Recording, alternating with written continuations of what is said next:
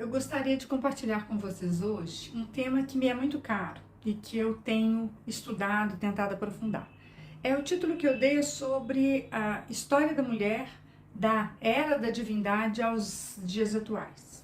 Eu quero remontar à pré-história e dizer que a história da mulher ela pode ter sido pintada nas cavernas, que foi o jeito que chegou para nós retratadas até hoje. Eram mulheres grávidas, pertencentes, à arte da era paleolítica e que eram denominadas de Vênus. Estudos etnológicos, eles sugerem que nas primeiras culturas tidas como matriarcais, as mulheres representavam divindades, divindades protetoras que asseguravam aos homens o êxito. Êxito nas conquistas que eles precisavam naquela época. Elas eram enaltecidas por sua capacidade de geração e divinizadas por trazerem ao mundo novos seres. Elas eram consideradas como portadoras de poderes mágicos. Então os homens eles eram nômades, não monogâmicos, não constituíam famílias, como nós entendemos hoje, e eles desconheciam a sua participação na geração dos filhos, que eram, no estrito sentido da palavra, filhos da mãe. Essas mulheres, elas eram retratadas com enorme volume de seios, nádegas e abdômen. Eram veneradas como deusas da fecundidade e eram associadas à fertilidade da terra. Então, é assim que nós vemos, essas figuras retratadas. O papel da mulher naquela época era primordial para a vida do homem em sociedade, já que enquanto os homens saíam para a caça, elas ficavam reunidas cuidando da prole, fazendo tecidos e adornos, transmitindo às gerações os mitos e os tabus daquela região, daquela cultura, fazendo cumprir as leis naturais que tinham a ver com animais que não se podiam caçar. Eram as mulheres que faziam os ritos de purificação de quem transgredia a lei, então de uma certa forma elas eram as representantes da lei naquela comunidade, pois o pecado de um comprometia toda a comunidade. Ela promovia a produção e a circulação dos bens entre os indivíduos e os grupos. Então elas dividiam a caça, dividiam as coisas que os homens traziam das conquistas deles nos arredores. E elas faziam isso através de doação e de troca, tecendo relações sociais entre os grupos. Bem, a primeira questão que nós devemos propor é por que houve desaparição desse conceito da mulher como divindade, como um ser importantíssimo para a sociedade daquela época e nos chega hoje, com esse desequilíbrio, desse desequilíbrio entre como é visto o homem, como é vista a mulher. Por que nós saímos daquela sociedade matriarcal e adentramos hoje na sociedade patriarcal que impera até os nossos dias atuais e aí com tantos questionamentos, com tanto desequilíbrio? Então é sobre isso que eu quero tratar, fazer o percurso aí dessa história. Bem, a era da cultura dos caçadores do Paleolítico e da aparição de culturas neolíticas médias se passaram muitos milênios, E aí o período de transição conhece-se com o nome de Mesolítico e durou em média de 5.000 anos. Então, se nós pensarmos lá nos primórdios, uma era durava em torno de 5.000 anos. Então, muito mais do que o que nós sabemos da nossa história escrita. Bem, a arte retrata essa era com danças, com rituais, com cenas de caça, de combate guerreira entre homens e mulheres, E eles não estavam mais nus, eles tinham um dorso adornado por plumas e eles empenhavam arcos, empenhavam armas de guerra. Há 8.000 anos atrás, então assim, 8.000 anos atrás não, há 10.000 anos atrás, Há 8.000 anos antes de Cristo, e aí pensando, quando termina a era glacial, houve uma substituição progressiva da cultura dos caçadores, lá da era do Paleolítico, para as culturas de agricultores e pecuaristas, do Neolítico, que é essa época que surgiu as primeiras civilizações. Então o clima da Terra ele passou por uma elevação progressiva da temperatura, e aí nós podemos supor que ficou mais fácil a subsistência da fertilidade das zonas costeiras, principalmente, dos continentes, e com abundância de moluscos e de outros seres marinhos. Então, os testemunhos arqueológicos dessa época revelam que o homem deixou de ser caçador para ser coletor, E nesse sentido, né, ele diminui o nomadismo. Inicia então o cultivo de cereais, né, de cereais silvestres, cultivo do campo, promovendo o aparecimento da agricultura e da pecuária.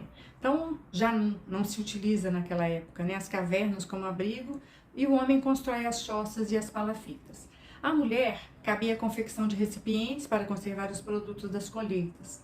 É dessa época que aparecem as sacerdotisas, que seriam as mantenedoras dos santuários, né, os santuários pagões, porque não existia, né, essas divindades como elas são vistas hoje. E esses depósitos de cereais eram colocados, né, para as divindades da época. O homem coletor tornou-se sedentário e migrava, acompanhando as estações. Ele circulava, né, de um lugar a outro do planeta, mas mantendo ali alguns pontos de base que dependendo ali das estações do ano. Com o sedentarismo, o homem passou a ter consciência de que seu destino não depende exclusivamente de forças sobrenaturais, mas da própria natureza. Então, ele tem, então, a consciência da sua participação na transformação do mundo à sua volta e, é óbvio, né, ele começa a fazer manipulação de objetos, né, ele começa a ter o domínio da natureza e, consequentemente, ele percebe a sua participação na maternidade e na paternidade. Então, a sua proximidade constante com a mulher lhe permite perceber que é pelo seu contato sexual com ela que ele gera filhos. Então, é nesse momento que ele começa a sentir como ele seria capaz do controle, né? Quando ele percebe que a mulher deixa de ser esse ser sagrado que milagrosamente coloca filhos no mundo, e que ele tem uma participação nisso, ele de uma certa forma toma, né, da mulher essa veneração e aí, né, essa figura masculina é que passa a ter relevância. A mulher ela deixa então de ser o centro das adorações e passa, né, nesse momento a virada do matriarcado para o sistema patriarcal. É de se supor que essa virada não se deu sem conflito e sem violência. Bem, o sedentarismo ele possibilitou ao homem explorar a natureza ao mesmo tempo em que ele desenvolveu suas faculdades intelectivas. O homem ele aprende então a manipular os metais, transformando, né, esses metais em adornos e utensílios. E agora, né, ele utiliza esses metais principalmente não para a caça, mas para a guerra. Era necessário proteger suas propriedades, né, a sua prole, as suas mulheres. Então tudo isso passa a ser objeto do homem, né? Ele passa a querer dominar todas essas coisas como propriedade, a terra, os filhos, as próprias mulheres. Bom, e a mulher, como qualquer objeto, ela passa a ser adornada com ostentação e luxo. O poder, né, que migra da mulher para o homem é justamente porque é dele que sai o sêmen, né? E nesse sentido que ele sente que ele pode controlar a mulher e pode controlar a natureza. Ele recebe nesse caso, a mulher ela recebe o sêmen passivamente e ela não tem tradição guerreira, né? E eu imagino que é aí que está instalada a origem da violência contra a mulher, já que ela se submetia à força, né? Tanto às vontades do homem quanto à procriação.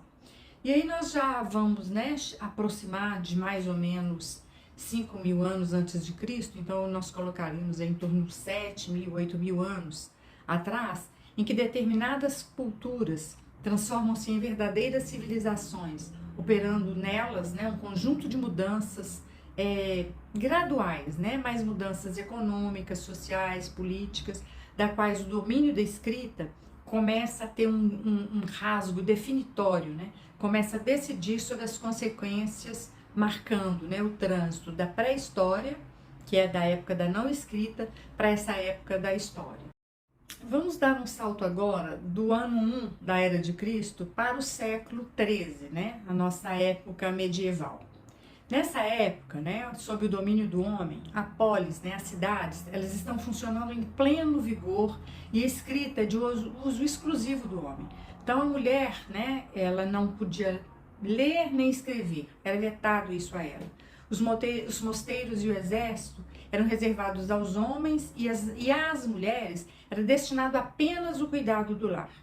né? Nessa época a vida é muito violenta, é perigosa, os castelos medievais são cercados por grandes muralhas e os poderosos eles disputam territórios. Então foi uma época de muita guerra, de muito conflito e havia muito esse poder, né? Essa necessidade de dominar uma propriedade e apropriar dos bens. Então, né, as mulheres elas passam a ter valor de troca, né? O ímen, a virgindade passa a ser controle, né?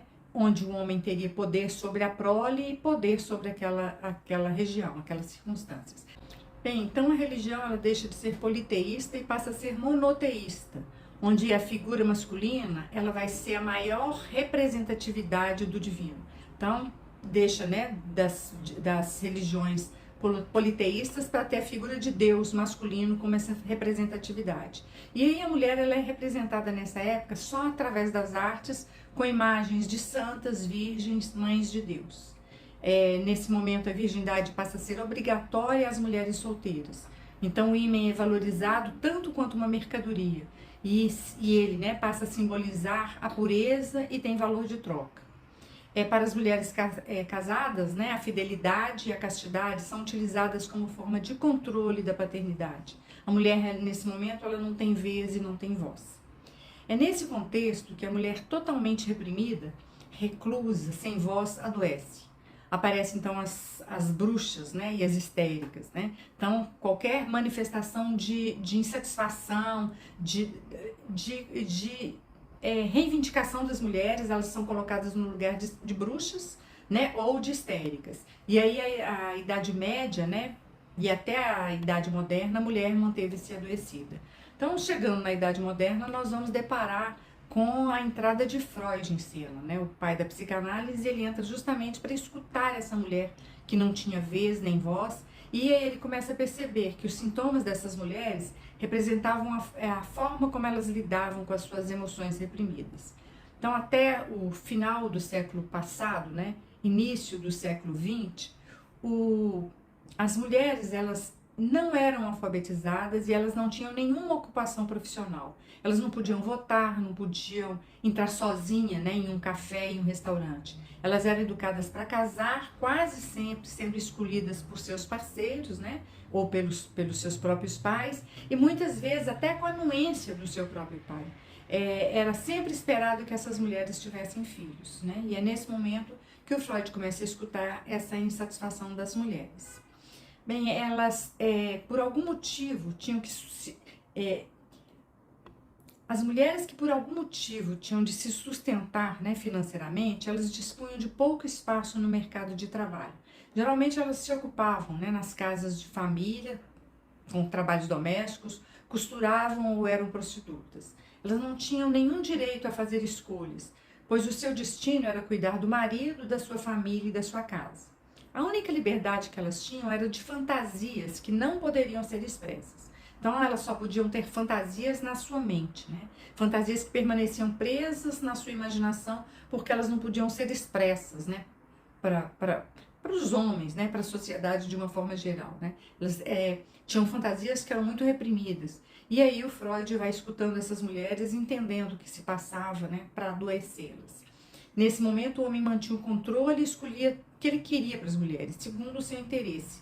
E é aí que ele começa a perceber que, para além da atividade doméstica, atividade do lar, ela poderia ter outro espaço, que seria nas fábricas, né? Isso quando inicia a Revolução Industrial no século XVIII, XIX.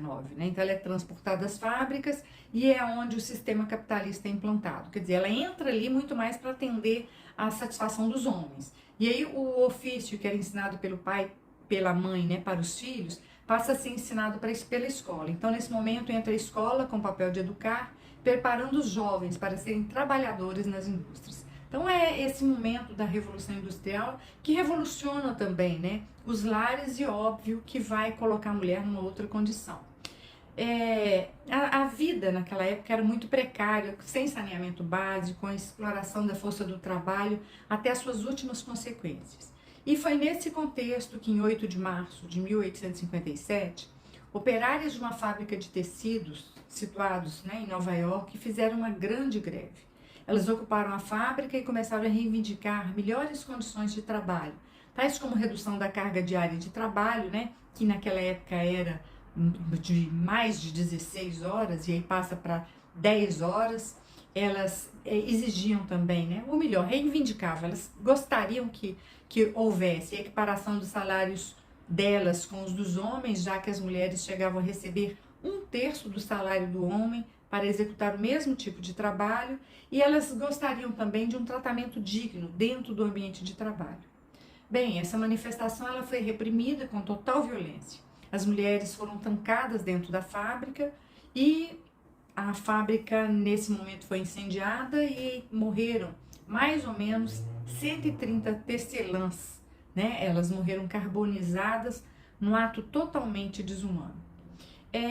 Mais ou menos em 1910, durante uma conferência na Dinamarca, é que foi estabelecido, né, que foi decidido que esse dia 8 de março passaria a ser o Dia Internacional da Mulher, né?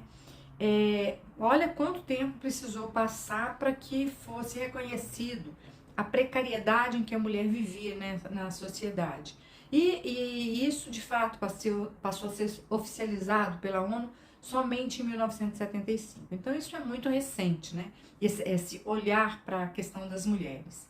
Bem, de todo modo, essa data ela tenta discutir o papel da mulher na sociedade atual. É um esforço, né, de tentar diminuir, quem sabe um dia terminar com o preconceito e com a desvalorização da mulher. De todo modo, mesmo com todos os esforços, as mulheres ainda sofrem em muitos locais, com salários baixos, com violência masculina, com jornada excessiva de trabalho, sem contar com a jornada dupla, né, que ela tem na empresa e no lar, e a desvantagem na carreira profissional.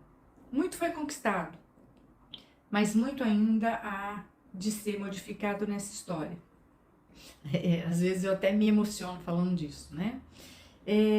Principalmente porque só em 1932, pensam bem, é que foi dado à mulher o direito de votar. Muita coisa, né, precisa ser visto. Vejam que não é recente essa luta que a mulher travou declaradamente e em conjunto contra o preconceito de que ela sempre foi vítima, né? Mostrando, né, que ela precisa de direitos e que ela precisa de ser resguardada para fazer as suas escolhas e ter opiniões próprias, né? Essa luta remonta para a história e nós precisamos manter o pensamento, né, de que a igualdade, a valorização dos direitos, né, e obviamente, né, valorizando as diferenças. Se conceitualmente a feminilidade estaria ligada à passividade e a masculinidade, né, conceitualmente estaria ligada à atividade, o homem e a mulher têm de ser pensados como penetrantes e envolventes, né? Então, se o homem, né, com a virilidade dele penetra, a mulher envolve, né, ela acolhe. E aí nós precisamos pensar, né, nesses dois seres humanos como intelectuais, intuitivos, e pensar nas possibilidades de ambos lidarem com as experiências emocionais. Se o poder ele se instala a partir do momento que o homem reconhece a sua participação na reprodução humana, né, no caso do falo e do útero, ambos deveriam se integrar, né, para a construção de uma sociedade mais igualitária, mais equilibrada e harmônica, já que a concepção da vida não depende de um ou de outro, mas de ambos. Se durante tantos milênios permaneceu o mistério sobre a gestação da vida, o que diríamos do nosso maior mistério, que é impossível de ser conhecido, né? Quais a origem da existência humana? A vida humana é uma dádiva. Saibamos respeitá-la, independente do gênero, do corpo, de como que esse sujeito se apresenta, né, na sociedade. Então, é isso que eu gostaria de compartilhar com vocês. Espero que não tenha sido muito longo a minha palestra. E eu quero agradecê-los por ter me acompanhado até agora. Obrigada.